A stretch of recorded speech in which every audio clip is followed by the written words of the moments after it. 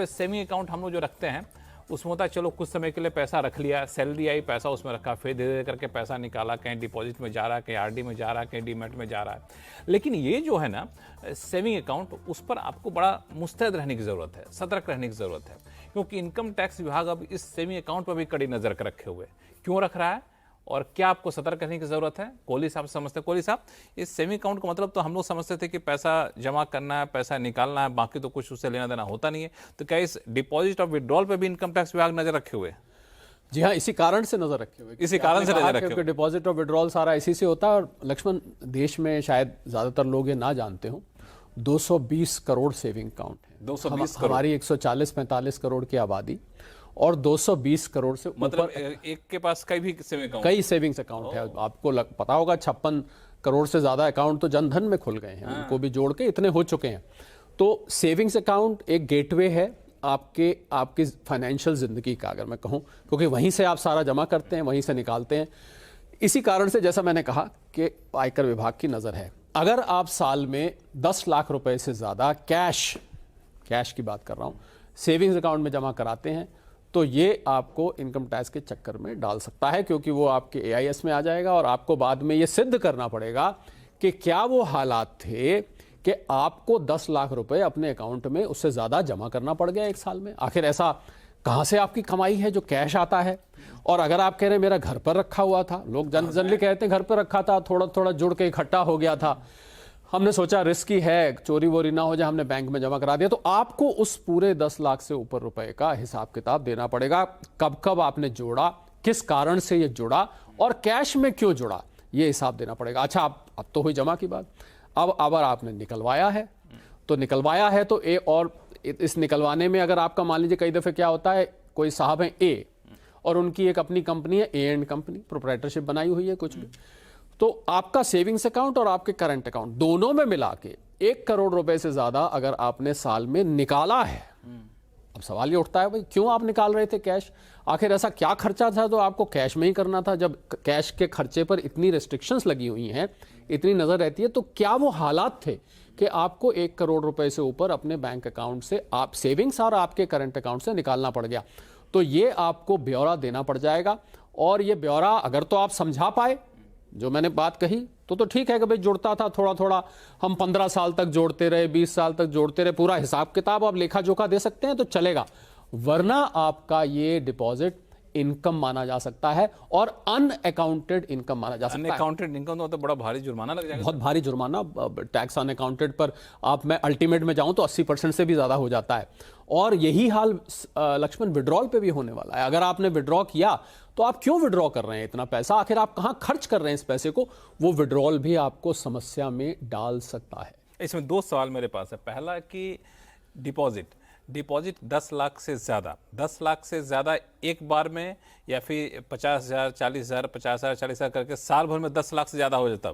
बहुत बढ़िया सवाल पूछा आपने। तो लोग क्या करते हैं, क्योंकि ये नियम शायद बहुत सारे हमारे टैक्स गुरु के दर्शक बहुत जानकार हैं, उनको ये नियम शायद पता होगा। वो क्या करते हैं, थोड़ा थोड़ा करके जमा कराते हैं। 50,000 अभी कर दिया, 20,000 कब कर दिया, साल भर का साहब ऐड कर दिया जाएगा। अगर वो साल भर का ऐड करके 10 लाख एक्सीड कर रहा है तो वो इस जो मैंने प्रोविजन बताया है, जो मैंने नियम बताया है, इस नियम के अंतर्गत आ जाएगा। तो इसलिए आप ये मत सोचिए कि हम इसको टुकड़े टुकड़े करके डिपॉजिट कर रहे हैं, हमने एक साथ थोड़े ना कराया 10 लाख, तो आएगा, ये थोड़े थोड़े करके कराएंगे तब भी आपका नजर में आ जाएगा। एक चीज और, 10 लाख रुपया जो है किसी एक सेविंग अकाउंट में या फिर हमारे 4 सेविंग अकाउंट, हमने 2.5 लाख रुपया समय जमा करा दिया तब, ये भी बहुत पते की बात आपने पूछी। अब देखिए, आपके मान लीजिए 4 अकाउंट हैं, अमूमन जो मैं मानता हूं हमारे जो दर्शक हैं, अभी मैंने आपको 220 करोड़ अकाउंट का बताया, तो बहुत सारे लोग तो ऐसे इनके 5-5, 6-6 बैंक अकाउंट है, कोई यूज होता है, कोई नहीं होता है, कोई बहुत पुराना खुलाया पड़ा है, उस पर ट्रांजैक्शन नहीं करते, उस पर भी मैं आऊंगा अभी। तो आपने जितने एक बैंक में आपके जो ट्रांजैक्शन हैं वो 10 लाख से ऊपर जाएंगे तो बैंक उसको रिपोर्ट कर देगा। मैं डिपॉजिट और विड्रॉल की बात कर रहा हूं, अलग अलग बैंकों में आपके कराइए। मत समझिए मैं आपको टेक्निक बता रहा हूं 10 लाख की, क्योंकि कल को अगर केस स्क्रूटनी में आता है तो आपके सारे अकाउंट्स मिला के भी देखे जा सकते हैं, पैन आपका सबका हाँ, परंतु नियम यह है एआईएस का, जब रिपोर्ट किया जाता है कि एक ही बैंक का ट्रांजैक्शन आपके उनमें जितने भी अकाउंट्स हैं वो सब मिला के देखा जाएगा। और लक्ष्मण, जो आपने बात कही, जो मैं बीच में बात बोल गया कि डॉर्मेंट अकाउंट, ऐसे मैंने बहुत सारे लोग मुझे मिलते हैं जिनका एक अकाउंट खुलवाया था 20 साल पहले, उसमें बस पैसे पड़े हुए हैं 5-7 हज़ार, हम तो पता नहीं, देख के भी नहीं आते, बैंक से फ़ोन भी आता है, वो इनएक्टिव हो चुका है। अब क्या करते हैं, जब कोई बड़ा ट्रांजैक्शन करना होता है ना, लोग उस इनएक्टिव अकाउंट को छांट लेते हैं कि आइए कि भाई वो बंद पड़ा है, उस पर किसकी नज़र, उसमें उठा के एक साथ जमा करा देते हैं। तो साहब, इनकम टैक्स डिपार्टमेंट की डोरमेंट और इनएक्टिव अकाउंट्स पे खास नजर रहती है। देखिए कौन सा अकाउंट सोया हुआ था जिसको आपने एकदम से जगा दिया और उसमें एकदम से पैसे डाल दिए। एक चीज और, अगर मान लो ज्वाइंट अकाउंट है तो जॉइंट अकाउंट है तो जो दोनों व्यक्तियों के नाम जॉइंट अकाउंट है, उन दोनों को सतर्क रहना है, क्योंकि अगर आप उसमें सीमा कहां पर जाएगी, उसमें भी 10 लाख ही रहेगी और ज्वाइंट में 10 लाख दोनों के ऊपर नजर आ जाएगी। अच्छा, होता ऐसा नहीं कि 20 लाख हो जाएगी? नहीं, 20 लाख नहीं हो जाएगी, सीमा 10 लाख की रहेगी। एक पर्टिकुलर अकाउंट तो एक ही है ना, है भले ही जॉइंट अकाउंट में, परंतु बैंक अकाउंट तो एक ही कहलाता है। तो दोनों को फिर ये नोटिस आ सकता है, दोनों को AIS का ये जवाबदेही करनी पड़े। अच्छा, ये रहा डिपॉजिट विड्रॉल का मामला। इसके अलावा भी बहुत सारी चीजें होती है, जैसे हम लोग देखते हैं इंटरेस्ट इनकम आ रहा होता है, तो इन सब पे कैसे इनकम टैक्स विभाग नजर रखता है? अब इंटरेस्ट इनकम आपकी आ रही है और आपने उसको अपनी इनकम टैक्स रिटर्न में नहीं दिखाया है, तो वो भी एक गड़बड़ हो जाती है, उसको दिखाना बहुत ज़रूरी है। तो पहली बात तो इंटरेस्ट इनकम को आप ज़रूर दिखाएं, जो भी जितना भी ब्याज का होता, क्या सेविंग्स अकाउंट पे लक्ष्मण छोटा मोटा आपको पता 3-4% इंटरेस्ट है, तो अमूमन दिखाना रह जाता है, उसको भी आपको दिखाना है। और यही नहीं, आपने FD भी किसी अकाउंट से बनाई है 10 लाख की साल की, उसको भी आपको डिस्क्लोज करना जरूरी है। तो कुल मिला के लक्ष्मण, बात का मजमून जो संक्षेप में ये निकला कि सेविंग्स अकाउंट जो दिखने में बड़ा मासूम लगता है, आपने ठीक कहा, जमा किया निकाला, वो आपके लिए सरदर्दी का कारण बन सकता है, क्योंकि वो दरवाजा है आपकी फाइनेंशियल जिंदगी का।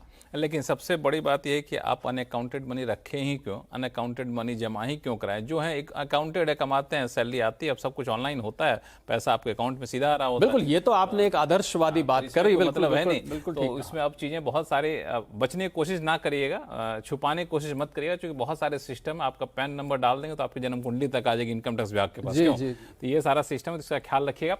अब शुरू करते हैं सवाल जवाब का सिलसिला। कोहली साहब, सबसे पहले चलते हैं कोलकाता से भौमिक साहब हमारे साथ जुड़ चुके हैं। भौमिक साहब नमस्कार। हाँ सर, नमस्कार।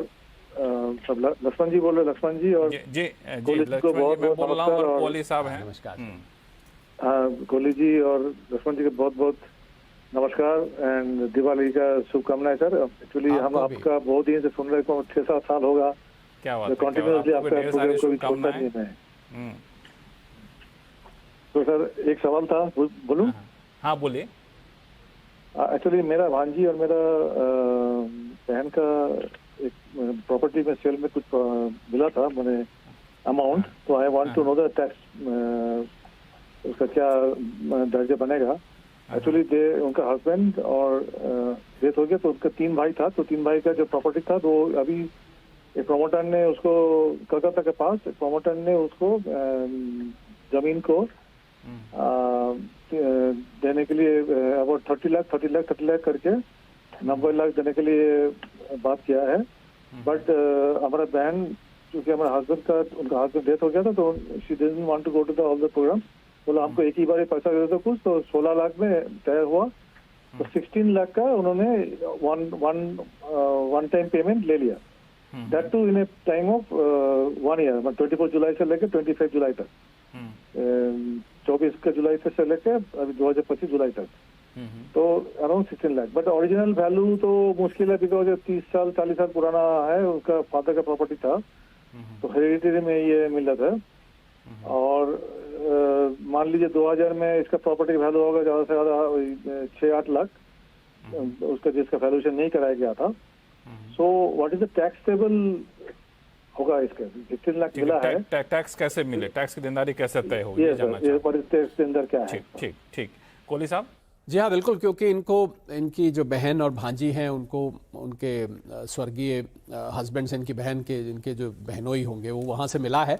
तो ऐसे में इनहेरिटेंस पर तो टैक्स नहीं होता, पर क्योंकि इन्होंने जब उसको बेचा, अब इनहेरिटेंस पे तो नहीं होता, पर जब बेचा और 15 लाख रुपए या जितना भी आप कह रहे हैं उनको बिल्डर से मिला, तो ये फिर कैपिटल गेन हो जाता है। तो 1/4/2001 को इसका वैल्यूएशन आपको कराना होगा, और 1/4/2000 की वैल्यूएशन करा के उसको प्रॉपर्टी की वैल्यू करके उसको आप इंडेक्स करके लाइए।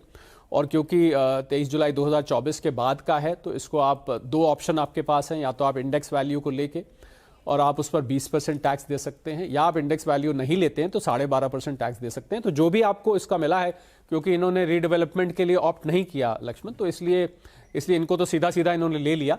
तो आप वो करके जो दोनों का डिफरेंस आएगा और वो माना जाएगा। वैसे ये माना जाता है कि अगर आपने फ्लैट भी ले लिया तो फ्लैट की नए की वैल्यू प्लस कॉर्पस फंड, उसमें से इंडेक्स कॉस्ट घटाई जाती है, पर क्योंकि उन्होंने सीधा पैसा ले लिया है तो इसमें से वो कॉस्ट घटाई जाएगी और वो इंडेक्स वैल्यू निकाल, आपको मैंने दोनों ऑप्शन बता दिए, और जो बचेगा उसको कैपिटल गेन माना जाएगा। आपकी बहन और आपकी भांजी इसको बचा भी सकती हैं कोई नया मकान लेके, या 54EC में 50 लाख रुपए की स्पेसिफाइड सिक्योरिटीज जो होती हैं उनमें निवेश करके 6 महीने के अंदर वो करना होता है, उसको बचाया भी जा सकता है। तो मैंने आपको ना केवल टैक्स का बताया बल्कि उसको बचाने के तरीके भी बता दिए अगर वो टैक्स को नहीं देना चाहते। लेकिन ये प्रॉपर्टी तो इनको एक तरीके से विरासत में मिली है, तो जब विरासत में प्रॉपर्टी मिली तो एक प्रॉपर्टी के 3 हिस्से हो नहीं सकते थे, तो बांट के तीसरा हिस्सा लिया, तो इसको विरासत में माना गया। तो जब प्रॉपर्टी विरासत में मिली तो वो तो टैक्सेबल नहीं है, पर क्योंकि ये माना जाएगा वो प्रॉपर्टी फिर बिक गई। तो जब विरासत में खाली प्रॉपर्टी को इनहेरिट करना टैक्सेबल नहीं है, परंतु जब आप उसको बेचेंगे तो जो कॉस्ट टू प्रीवियस ओनर है, अब क्योंकि यहां तो बहुत पुरानी ये बता रहे हैं, तो इसलिए एक चर्चा इनको मालूम है इस बात का, इन्होंने कहा वो 2000 की वैल्यूएशन हमने नहीं कराया, इनकी बातों से लग रहा था, तो एक चर्च 2001 की वैल्यूएशन करा के इंडेक्सेशन करा के आप उसको निकाल सकते हैं। पर आप, मैं सलाह दूंगा आप दोनों तरीके से चेक कर लें, इंडेक्सेशन भी चेक कर लें, विदाउट भी चेक कर लें, जिसमें फायदा हो आप उसको, आपकी बहन और आपकी भांजी उसको ऑप्ट कर सकती हैं। भौमिक साहब, कोई कंफ्यूजन? अच्छा, इसका कोई आपको दलील दस्तावेज कुछ मिला नहीं, प्रोमोटर से मिला नहीं, जस्ट पैसा इन्होंने दे दिया, इसको कुछ इम्प्लीकेशन हो सकता अगर अल्टीमेटली ही डजंट गिव और हमने खाली ऐसे प्रॉपर्टी सेल किया दिखाने में कोई दिक्कत तो नहीं है ना? अगर उनको पैसा नहीं मिला है और खाली वो उसके बदले में बिल्डर से प्रॉपर्टी ले रही हैं, तो फिर जो नया मकान मिला है, भौमिक साहब ध्यान दीजिएगा, उसकी वैल्यू प्लस और उस पर फिर इंडेक्सेशन करके आपको लगाना पड़ेगा, क्योंकि और वो जब बेचेंगे इसको तब होगा, पर क्योंकि यहां पर जो ट्रांजैक्शन है वो बेचना मान लिया जाएगा क्योंकि उसकी जगह नया प्रॉपर्टी आ गया। नहीं, ये मुझे लगता है ये कहना ये चाह रहे हैं कि जो प्रॉपर्टी बिकी है उसका पैसा हमारे पास आया, उसका कोई डॉक्यूमेंट्री प्रूफ नहीं कि प्रॉपर्टी हमारी थी, हमारा उसमें हिस्सा था। नहीं, वो तो जो इनके बहनोई साहब की जो जब डिस्ट्रीब्यूशन हुआ होगा फैमिली का, तो उस डॉक्यूमेंट को भी अगर ये दिखा देंगे तो भी काम चल जाएगा, क्योंकि इनहेरिटेंस तो दिखाना पड़ेगा। इनहेरिटेंस इसलिए दिखाना पड़ेगा लक्ष्मण, क्योंकि हमें जो कॉस्ट ऑफ एक्विजिशन है वो हमें 1/4/2001 की वैल्यूएशन करानी है, तो ये कैसे पता लगेगा कि प्रॉपर्टी किस डेट को ली गई थी? तो इसलिए जो आपका फैमिली सेटलमेंट हुआ है भौमिक साहब, वो तो आपको दिखाना पड़ेगा, और अगर उन्होंने खाली फ्लैट ले लिया है तो उसको भी सेल मान लिया जाएगा, तो उसकी वैल्यूएशन भी करानी पड़ेगी। चलिए भौमिक साहब, मुझे लगता है काफी कुछ क्लैरिटी आ गई। क्यों वैल्यूएशन अभी करा सकते हैं? अभी कोई वैल्यूअर को पकड़ के बिल्कुल करा सकते हैं। जो वैल्यूअर्स होते हैं, जो वैल्यूअर्स होते हैं जी, जो वैल्यूअर्स होते हैं उनके पास पुरानी वैल्यू होती है, जो रजिस्टर्ड वैल्यू, वो आपको बाकायदा 1/4/2001 की वैल्यू के सर्टिफिकेट दे देंगे।